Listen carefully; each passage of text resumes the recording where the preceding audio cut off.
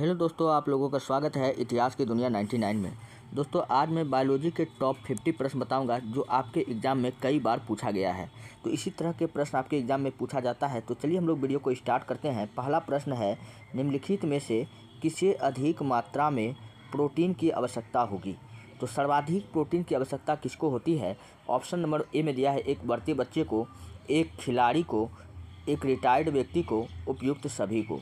तो सर्वाधिक जो प्रोटीन की आवश्यकता होती है एक बढ़ते हुए बच्चे को होता है। तो ऑप्शन नंबर ए क्या हो जाएगा? बिल्कुल राइट हो जाएगा। चलिए मैं अब प्रोटीन से कुछ और भी प्रश्न बताता हूं जो आपके एग्ज़ाम के दृष्टिकोण से काफ़ी महत्वपूर्ण है।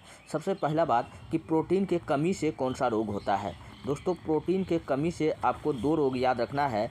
दो रोग, एक को हम लोग कहते हैं मैडिमस, क्या कहते हैं? मैडिमस रोग। दूसरा को हम लोग कहते हैं क्वाशियरकोर, क्या कहते हैं? क्वाशियरकोर। ये दोनों रोग जो होता है आपका किसका कमी से होता है? प्रोटीन के कमी से होता है। तो आपको याद रहेगा। बढ़ते हैं नेक्स्ट प्रश्न की ओर। अगला प्रश्न है, शरीर में प्रोटीन का क्या काम करता है? दोस्तों, शरीर में जो प्रोटीन का जो कार्य होता है, हमारे रोगग्रस्त कोशिकाओं को मरम्मत करना, अर्थात टूटी फूटी कोशिकाओं को मरम्मत करना। तो ऐसा ऑप्शन हमको ऑप्शन नंबर में बी में दिख रहा है, इसलिए इस प्रश्न का ऑप्शन नंबर बी क्या हो जाएगा? बिल्कुल राइट हो जाएगा। नेक्स्ट अगला प्रश्न है, मानव शरीर में कहाँ पाचन एवं श्वसन मार्ग एक दूसरे को अतिक्रमित करते हैं? तो पाचन और श्वसन मार्ग कहाँ एक दूसरे को अतिक्रमित करते हैं, कहाँ मिलते हैं? दोस्तों, ग्रसनी में। कहाँ मिलते हैं? ग्रसनी में। तो इस प्रश्न का राइट आंसर क्या हो जाएगा? ऑप्शन नंबर ए क्या हो जाएगा? बिल्कुल राइट हो जाएगा। अच्छा, ग्रसनी अगर क्वेश्चन पूछेगा ग्रसनी कहाँ खुलती है, तो आपको बताना मुख गुहा में। ग्रसनी कहाँ खुलती है? तो दोस्तों, ग्रसनी जो है, ग्रसनी यह मुख गुहा में खुलती है। कहाँ खुलती है? मुख गुहा में खुलती है ग्रसनी। ठीक। और आपको बताना है दोस्तों, ग्रसनी जो होता है दोस्तों, इसमें दो छिद्र होता है। ग्रसनी में क्या होता है? दो छिद्र होता है। ग्रसनी में दो छिद्र होता है। एक को हम लोग निगल द्वार कहते हैं, एक को हम लोग क्या कहते हैं? निगल द्वार कहते हैं, निगल द्वार कहते हैं। ठीक। और दूसरा को हम लोग कंठ द्वार कहते हैं। क्या कहते हैं? कंठ द्वार कहते हैं। और ये निगल द्वार जो है दोस्तों, ये ग्रसिका में खुलती है। पूछेगा ये कहाँ खुलती है? तो ग्रसिका में खुलती है। यह ग्रसिका में खुलती है। जो कंठ द्वार है दोस्तों, यह कंठ के पास खुलती है। यह कंठ द्वार में खुलती है। यह कहाँ खुलती है? कंठ में खुलती है। कहाँ खुलती है? कंठ में खुलती है। और यह कंठ द्वार को दोस्तों हम लोग श्वसन मार्ग भी कहते हैं। क्या कहते हैं? श्वसन मार्ग कहते हैं। क्या कहते हैं? श्वसन मार्ग। इसी होकर के वायु हमारे फेफड़े में प्रवेश करता है। और जबकि निगल द्वार को हम लोग क्या कहते हैं? निगल द्वार को हम लोग भोजन मार्ग, क्या कहते हैं? भोजन मार्ग। इसी होकर के भोजन हमारे अंदर प्रवेश करती है। ये बात आपको याद रखना है। चलिए बढ़ते हैं नेक्स्ट अगले प्रश्न की ओर। अगला प्रश्न है, विटामिन ई महत्वपूर्ण है। विटामिन ई महत्वपूर्ण है किस में? दालों में, मक्खनों में, अंकुरित अनाजों में, मछली के यकृत का तेल में। तो इस प्रश्न का ऑप्शन नंबर सी क्या हो जाएगा? बिल्कुल राइट हो जाएगा। विटामिन ई जो है दोस्तों वो महत्वपूर्ण है अंकुरित अनाजों में। किस में है? अंकुरित अनाजों में। अब मैं विटामिन ई से कुछ प्रश्न बताता हूँ। विटामिन ई का अगर रासायनिक नाम पूछेगा कि इसका रासायनिक नाम क्या है, तो आपको बताना टेकोफेरोल। क्या बताना है? टेकोफेरोल। अच्छा, विटामिन ई के कमी से कौन कौन सा रोग होता है? तो विटामिन ई के कमी से होने वाला रोग, तो इसका कमी से जो रोग होता है कौन कौन सा हो सकता है? बांझपन, महिला है तो बांझपन, पुरुष है तो नपुंसकता। ठीक है। बालों का झड़ना, बालों का झड़ना। और क्या हो सकता है? जनन शक्ति में कमी, जनन शक्ति में कमी, धुंधला दिखाई देना। ये सब विटामिन ई का लक्षण है। अच्छा, विटामिन ई को दोस्तों हम लोग ब्यूटी विटामिन भी कहते हैं। पूछेगा किस विटामिन को हम लोग ब्यूटी विटामिन कहते हैं? तो ब्यूटी विटामिन भी हम लोग विटामिन ई को कहते हैं। नेक्स्ट अगला प्रश्न है, कृत्रिम डायलिसिस का प्रयोग होता है। कृत्रिम डायलिसिस का प्रयोग होता है कहाँ होता है? यकृत के प्रतिस्थापन में, गलत बात।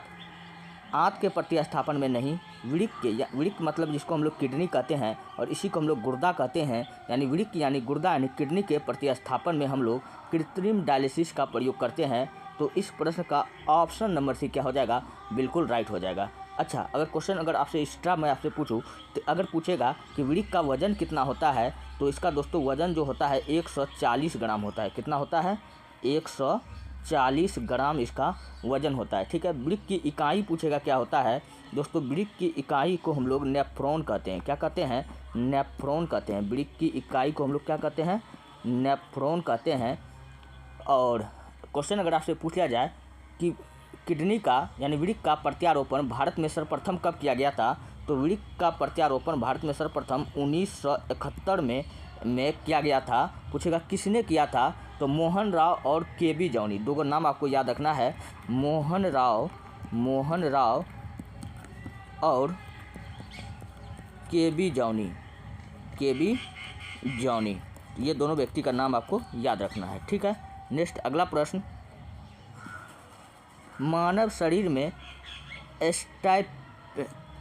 स्टेपिडियस है। अच्छा, स्टेपिडियस जिसको हम लोग आम भाषा में हम लोग स्टेपिस कहते हैं। हम लोग जानते हैं कि स्टेपिस जो होता है हमारे कहाँ पर हड्डी पाई जाती है? कान में पाई जाती है और ये सबसे छोटी हड्डी होती है। तो ऑप्शन नंबर बी क्या हो जाएगा? बिल्कुल राइट हो जाएगा। दरअसल हमारे कान में 3 प्रकार का हड्डी पाया जाता है। कितने प्रकार का हड्डी पाया जाता है? 3 प्रकार का। इसका ट्रिक होता है मिस। क्या होता है? ये मिस इसका ट्रिक होता है। एम से जिसको हम लोग मैलियस कहते हैं, आई से हम लोग इनकस कहते हैं, एस से हम लोग स्टेपिस कहते हैं, स्टेपिस। तो यही स्टेपिस जो है मानव शरीर की सबसे छोटी हड्डी है, स्टेपिस। तो इस प्रश्न का ऑप्शन नंबर बी क्या हो जाएगा? बिल्कुल राइट हो जाएगा। अच्छा, मानव शरीर की सबसे बड़ी हड्डी पूछेगा तो आपको बताना जांघ का हड्डी होता है। कि कहाँ की हड्डी होती है? जांघ की हड्डी होती है, जिसका क्या नाम है? फीमर। क्या बताना है? फीमर। अच्छा, उंगली का हड्डी को हम लोग क्या कहते हैं? फ्लेंजिस कहते हैं। क्या कहते हैं? फ्लेंजिस कहते हैं। हथेली की हड्डी को हम लोग क्या कहते हैं? हथेली की हड्डी को हम लोग हथेली कार्पल्स कहते हैं। क्या कहते हैं? कार्पल्स। कहाँ की हड्डी होती है? हथेली की हड्डी होती है। अब घुटना की हड्डी को हम लोग क्या कहते हैं? पटेला कहते हैं। ये बात आपको याद रखना है। इस तरह के प्रश्न काफ़ी आपके एग्जाम में पूछे जाते हैं। ऐसे ही प्रश्न आपके एग्जाम में बार बार रिपीटेड होते हैं। अगला प्रश्न आपके सामने में है, फफूंदी द्वारा जनित रोग, मतलब फफूंदी से कौन कौन सा रोग होता है? तो इसका ट्रिक आपको याद रखना है। फफूंदी से होने वाला रोग का ट्रिक है गंजा दामाद खाए फ्रूट। क्या ट्रिक है? गंजा दामाद खाए फ्रूट। यह किसका ट्रिक हो जाएगा? फफूंदी से होने वाला रोग। गंजा से याद रखना है गंजापन भी रोग जो होता है पूछे किससे होगा? तो यह फफूंदी से होता है। फिर दामा से याद रखना है कि दामा। क्या याद रखना है? दामा। द से याद रखना है दाद। क्या याद रखना है? दाद, जिसको हम लोग दाग कहते हैं आम भाषा में, तो दाद। खाए से याद रखना है खाज। क्या याद रखना है? खाज। फ्रूट से याद रखना है फ्रूट से एथलीट फ्रूट। क्या याद रखना है? Athlete fruit. तो ये सारा रोग जो होता है किससे होता है? फफूंदी से होता है। तो यहाँ पर ऑप्शन में क्या दिया गया था? गोल कृमि बिल्कुल गलत हो जाएगा, फीता कृमि गलत हो जाएगा, फाइलेरिया दांत दिया हुआ है ऑप्शन में, तो ऑप्शन नंबर सी क्या हो जाएगा? बिल्कुल राइट हो जाएगा। नेक्स्ट अगला प्रश्न आपके सामने में है, एक रासायनिक पदार्थ जो रक्त को थक्का बनाने से रोकता है, मतलब रक्त का थक्का बनाने से कौन सा रासायनिक पदार्थ है जो रोकता है? फिलोक्विनोन बिल्कुल नहीं। और क्या क्या ऑप्शन में दिया हुआ है? थायमिन, ये भी गलत है। तो हिपैरिन इसका राइट आंसर हो जाएगा। क्या हो जाएगा? हिपैरिन। चलिए, ऑप्शन नंबर में कहाँ हिपैरिन हमको दिख रहा है? ऑप्शन नंबर डी में यहाँ पर देखिए आपको हिपैरिन दिख रहा है। दरअसल दोस्तों हमारे शरीर में खून जो होता है वो नहीं जमता है। लेकिन जैसे हम शरीर से बाहर आता है, आपने देखा होगा कि खून जम जाता है। ऐसा क्यों? क्योंकि हमारे शरीर के अंदर हिपैरिन पाया जाता है। हिपैरिन जो हमारे शरीर के अंदर पाया जाता है, ये सीधा ऑक्सीजन के संपर्क में नहीं आता। जैसे हमारे शरीर का कोई भी हिस्सा कटता है, फटता है, तो कटने के बाद में क्या होता है कि हिपैरिन जो होता है ऑक्सीजन के संपर्क में आ जाता है, हिपैरिन नष्ट हो जाता है और हमारा ब्लड जम जाता है। लेकिन वही हमारे शरीर के अंदर डायरेक्ट ऑक्सीजन नहीं पहुंच पाता है, तो हिपैरिन जीवित रहता है। तो इस प्रश्न का ऑप्शन नंबर डी क्या हो जाएगा? बिल्कुल राइट हो जाएगा। नेक्स्ट है, कंकाल का मुख्य कार्य क्या है? दोस्तों कंकाल का कार्य क्या होता है? मस्तिष्क को ढककर रखना। गलत बात। शरीर को निश्चित आकार प्रदान करना। हाँ दोस्तों, ये बिल्कुल राइट आंसर हो जाएगा। हमारे शरीर को जो आकार देता है, कौन देता है? कंकाल तंत्र देता है। तो ऑप्शन नंबर बी क्या हो जाएगा? बिल्कुल राइट हो जाएगा। चलिए बढ़ते हैं नेक्स्ट। अगला प्रश्न आपके सामने में है, यहाँ मिलान करने वाला है। मैं आपको बता दूं दोस्तों, मिलान करने वाला प्रश्न सबसे इजी होता है, क्योंकि उसमें आपको जो 1 से 2 प्रश्न का अगर आपके पास जवाब है तो आप उसको मिला सकते हो। जैसे विटामिन सी, हम लोग जानते हैं कि विटामिन सी का कमी से कौन सा रोग होता है? स्कर्वी रोग होता है, तो बी हो गया। अब विटामिन ए के कमी से कौन सा रोग होता है? तो रतौंधी हो गया। तो बी ए ऑप्शन में आप लोग देख लो, तो बी ए ऑप्शन मात्र ऑप्शन नंबर ए में दिख रहा है, तो ऑप्शन नंबर ए क्या हो जाएगा? बिल्कुल राइट हो जाएगा। समझ में आ गया? अच्छा, मैं आपको बता देता हूँ, विटामिन डी की कमी से क्या होता है? रिकेट्स होता है। क्या होता है? रिकेट्स होता है। अच्छा, विटामिन बी12 को हम लोग क्या कहते हैं? कोबाल्ट कहते हैं। क्या कहते हैं? कोबाल्ट कहते हैं। ये बात आपको याद रखना है, ठीक है। अच्छा, कोबाल्ट में पूछेगा कि हम लोग कोबाल्ट का प्रयोग कहाँ करते हैं? दोस्तों कैंसर के उपचार में हम लोग कोबाल्ट 60 का प्रयोग करते हैं। किसका करते हैं? कोबाल्ट 60 का प्रयोग कैंसर के उपचार में करते हैं। ये बात आपको याद रखना है। चलिए बढ़ते हैं नेक्स्ट। अगला प्रश्न आपके सामने में है, फिर मिलान करने वाला है। 1 से 2 को मिलाइए, आपका आंसर हो जाएगा। क्षय रोग। क्षय रोग दोस्तों हम लोग किसको कहते हैं? क्षय रोग को ही हम लोग यक्षमा कहते हैं। क्या कहते हैं? यक्षमा कहते हैं। या इसी को हम लोग तपेदिक कहते हैं। क्या कहते हैं? तपेदिक कहते हैं। या इसी को हम लोग टीबी कहते हैं। क्या कहते हैं? टीबी कहते हैं। तो यह जो है किसको प्रभावित करता है? दोस्तों हम लोग पता है कि सांस लेने में दिक्कत होता है टीबी में, तो यह फेफड़ा को प्रभावित करता है। किसको करता है? तो ये हो गया सी, यानी सी से ऑप्शन एक को तो स्टार्ट है। हाँ, ऑप्शन नंबर सी में स्टार्ट है, तो आगे हमको चेक करने की ज़रूरत ही नहीं है। यही ऑप्शन नंबर सी क्या हो जाएगा? आपका बिल्कुल राइट हो जाएगा। और जो प्लेग जो होता है, प्लेग को हम लोग काली मौत कहते हैं। ये हमारे लिम्फ ग्रंथियों को प्रभावित करता है। शरीर में छोटे छोटे काले दाग के दाना हो जाता है, या काले दाग का निशान हो जाता है प्लेग रोग में। यह बैक्टीरिया से फैलता है। ट्रेकोमा दोस्तों, ट्रेकोमा जो होता है दोस्तों, ये आँख को प्रभावित करता है। और ये टिटनस जो होता है, टिटनस, ये हमारे मेरुरज्जु को प्रभावित करता है। तो ऑप्शन नंबर सी मैंने आपको बताया। चलिए बढ़ते हैं नेक्स्ट अगले प्रश्न की ओर। ओजोन परत के अवक्षय के कारण किस देश में त्वचा कैंसर को दीर्घकालिक क्रोनिक समस्या है? ओजोन परत के क्षय के कारण किस देश में त्वचा कैंसर की दीर्घकालिक समस्या बना हुआ है? तो ओजोन परत जो है दोस्तों, हमारे धरती पर आने वाला हानिकारक पराबैंगनी किरण से रोकता है, और जिसके कारण क्या होता है कि हमको त्वचा कैंसर नहीं हो पाता है। तो यह जो है ओजोन परत से सबसे ज़्यादा, ओजोन परत में एक बार जो है और बताया गया कि ओजोन परत में छेद हो गया है, जिसके कारण क्या हो गया कि ओजोन परत में छेद जब हो जाएगा तो वहाँ से आने वाली अल्ट्रावायलेट रे, पराबैंगनी किरण डायरेक्ट इंसानों के संपर्क में आएगा, उसको क्या हो जाएगा? त्वचा कैंसर हो जाएगा। तो यह, लेकिन हम लोग भारत को इससे खतरा नहीं है। ओजोन परत से अगर नष्ट हो जाए तो खतरा किसको होगा? तो वो होगा यूरोप के देशों को होगा, जैसे ऑस्ट्रेलिया। वो लोग का चमड़ा जो होता है पतला होता है, तो जिसके कारण क्या हो जाएगा? उनको नुकसान कर जाएगा। छिलल मुर्गा के जैसा उसका चमड़ा होता है, तो ऑस्ट्रेलिया को नुकसान पहुंचाएगा, रूस को भी नहीं पहुंचाएगा, जापान को भी नहीं। तो ऑप्शन नंबर एक क्या हो जाएगा? बिल्कुल राइट हो जाएगा। अब मैं ओजोन परत से मैं आपको कुछ और भी प्रश्न मैं आपको बताता हूँ।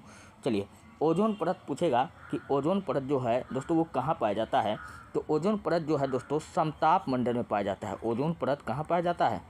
समताप मंडल में पाया जाता है। कहाँ पाया जाता है? समताप मंडल में। अच्छा, एक प्रश्न याद रखना कि समताप मंडल में ही दोस्तों क्या होता है? वायुयान उड़ता है। क्वेश्चन पूछेगा कि वायुयान जो उड़ता है वो कहाँ उड़ता है? समताप मंडल में ही उड़ता है, ठीक है। ओजोन परत के संरक्षण के लिए दोस्तों, ओजोन परत के संरक्षण के लिए पूछेगा कि कौन सा प्रोटोकॉल किया गया था? तो दोस्तों ओजोन परत के संरक्षण के लिए 16 सितंबर 1987 को, कब? 16 सितंबर 1987 को 1987 को एक संरक्षण किया गया था। एक प्रोटोकॉल किया गया था जिसको कहते हैं मॉन्ट्रियल प्रोटोकॉल। क्या कहते हैं? तो पूछेगा कि मॉन्ट्रियल प्रोटोकॉल का संबंध किससे है? तो मॉन्ट्रियल प्रोटोकॉल का संबंध जो है ओजोन परत का संरक्षण से है। मॉन्ट्रियल प्रोटोकॉल 16 सितंबर 1987 को किया गया था। क्यों किया गया था? ओजोन परत के संरक्षण के लिए किया गया था। इसलिए दोस्तों 16 सितंबर को हम लोग क्या मनाते हैं? ओजोन दिवस मनाते हैं। क्या मनाते हैं? ओजोन दिवस। कई बार एग्जाम में पूछा गया है कि ओजोन दिवस हम लोग कब मनाते हैं? तो 16 सितंबर को मनाते हैं। ये बात आपको याद रखना है। अच्छा, ओजोन परत की इकाई पूछेगा क्या है? तो ओजोन परत की इकाई को हम लोग डॉब्सन कहते हैं। क्या कहते हैं? डॉब्सन कहते हैं, याद रखना है। ये क्या है? ओजोन परत की इकाई है।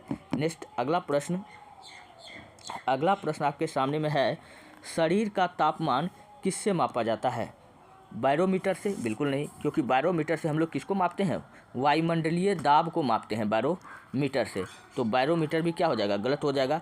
गैल्वेनोमीटर से, इससे हम लोग क्या मापते हैं? विद्युत धारा मापते हैं। क्या मापते हैं? विद्युत धारा मापते हैं गैल्वेनोमीटर से। ये भी गलत हो जाएगा। और हाइड्रोमीटर से पूछेगा क्या मापते हैं? किसी भी तरल पदार्थ का सापेक्ष घनत्व मापते हैं। क्या मापते हैं?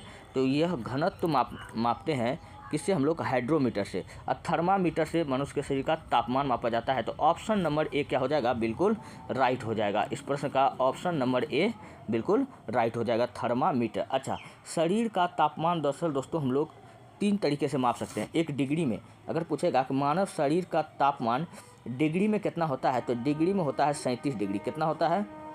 37 डिग्री होता है। 37 डिग्री होता है सेल्सियस डिग्री में, ठीक है। अच्छा, अगर पूछेगा कि फ़ारेनहाइट में कितना होता है मनुष्य के शरीर का तापमान, दोस्तों फ़ारेनहाइट में होता है 98.5 डिग्री। कितना होता है? 98.5 डिग्री होता है। और केल्विन में पूछेगा कितना होता है, दोस्तों केल्विन में 310 डिग्री होता है मनुष्य के शरीर का तापमान। कितना होता है? 310 डिग्री होता है। तीनों प्रश्न आपको याद रखना है, काफ़ी इंपॉर्टेंट है, कई बार एग्जाम में पूछा जाएगा। शरीर का यह तापमान है, मनुष्य के शरीर का तापमान है, या तो फ़ारेनहाइट में पूछे, या तो सेल्सियस में पूछे, या तो केल्विन में पूछे। नेक्स्ट अगला प्रश्न आपके सामने में है,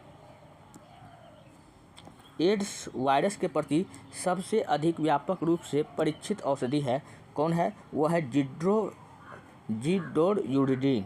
तो ऑप्शन नंबर ए क्या हो जाएगा? बिल्कुल राइट हो जाएगा। एड्स जो होता है दोस्तों यह वायरस से होता है। एड्स के वायरस का क्या नाम है? हम लोग जानते हैं HIV नाम है। क्या नाम है? HIV।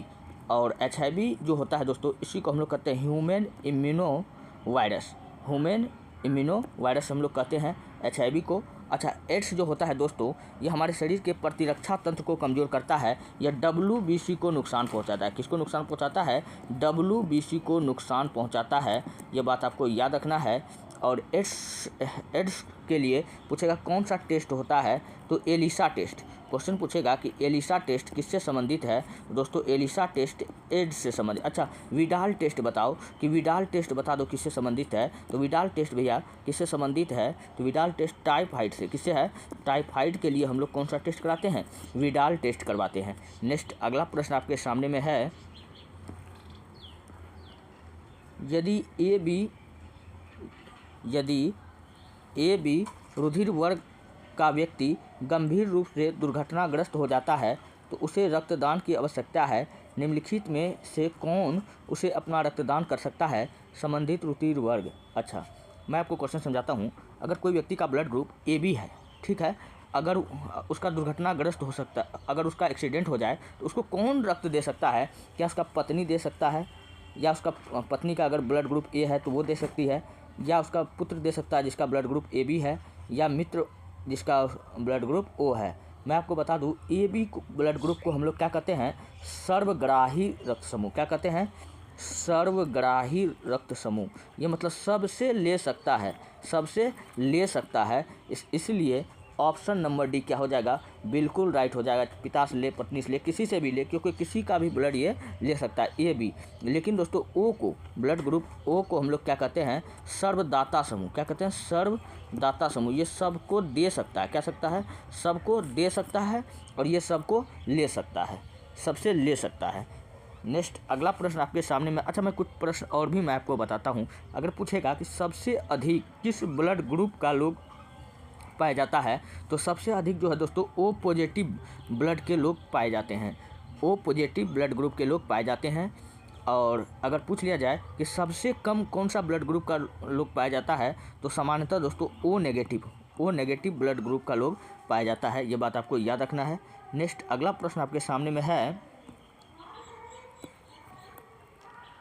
पाचक रसों में निम्न में से कौन सा अम्ल पाया जाता है। दोस्तों पाचक रसों में जो अम्ल पाया जाता है वो कौन सा अम्ल पाया जाता है। पाचन के रसों में मतलब हमारे पेट में कौन सा अम्ल पाया जाता है, तो हाइड्रोक्लोरिक अम्ल पाया जाता है। जब हम भोजन करते हैं, जो बैक्टीरिया हमारे शरीर के अंदर जाता है, पेट में जाता है, तो उनको नष्ट जो होता है वो बैक्टीरिया किस अम्ल के कारण होता है, हाइड्रोक्लोरिक अम्ल के कारण होता है। तो इस प्रश्न का ऑप्शन नंबर डी क्या हो जाएगा, बिल्कुल राइट हो जाएगा। अच्छा, लैक्टिक अम्ल किस में पाया जाता है। दोस्तों लैक्टिक अम्ल जो है यह दूध में पाया जाता है। किस में पाया जाता है, ये बात आपको याद रखना है। अच्छा, दूध का रंग उजला किसके कारण होता है, तो केसिन प्रोटीन के कारण होता है। किसके कारण होता है, केसिन प्रोटीन के कारण होता है। दूध में एकमात्र विटामिन नहीं पाया जाता है, वो कौन सा विटामिन है, तो विटामिन सी जो है दोस्तों, विटामिन सी यह दूध में नहीं पाया जाता है, विटामिन सी। ये बात आपको याद रखना है। चलिए बढ़ते हैं नेक्स्ट अगले प्रश्न की ओर। हैजा का संक्रमण किसके कारण होता है। दोस्तों हैजा का संक्रमण पूछ रहा है कि किसके कारण होता है। तो हैजा जो होता है दोस्तों वो किसके कारण होता है, यह जीवाणु यानी बैक्टीरिया द्वारा होता है। तो इस प्रश्न का ऑप्शन नंबर बी क्या हो जाएगा, बिल्कुल राइट हो जाएगा। नेक्स्ट अगला प्रश्न आपके सामने में है, यहाँ मिलान करने के लिए कह रहा है विटामिन डी इस प्रश्न का, हाँ विटामिन डी, तो विटामिन डी का जो हो जाएगा क्या हो जाएगा, मैककोलन। तो चार से शुरू कौन वाला है, तो 4 से शुरू ये वाला, इसको काटो, अब यही दोनों में कोई हो सकता है। और विटामिन सी को दोस्तों विटामिन सी को दोस्तों हम लोग क्या कहते हैं, तो विटामिन सी को हम लोग मिनाट एवं मर्झी, तो दो किधर आ जाएगा, हाँ तो 2 यहाँ 3 है, तो यही ऑप्शन नंबर डी क्या हो जाएगा, बिल्कुल राइट हो जाएगा।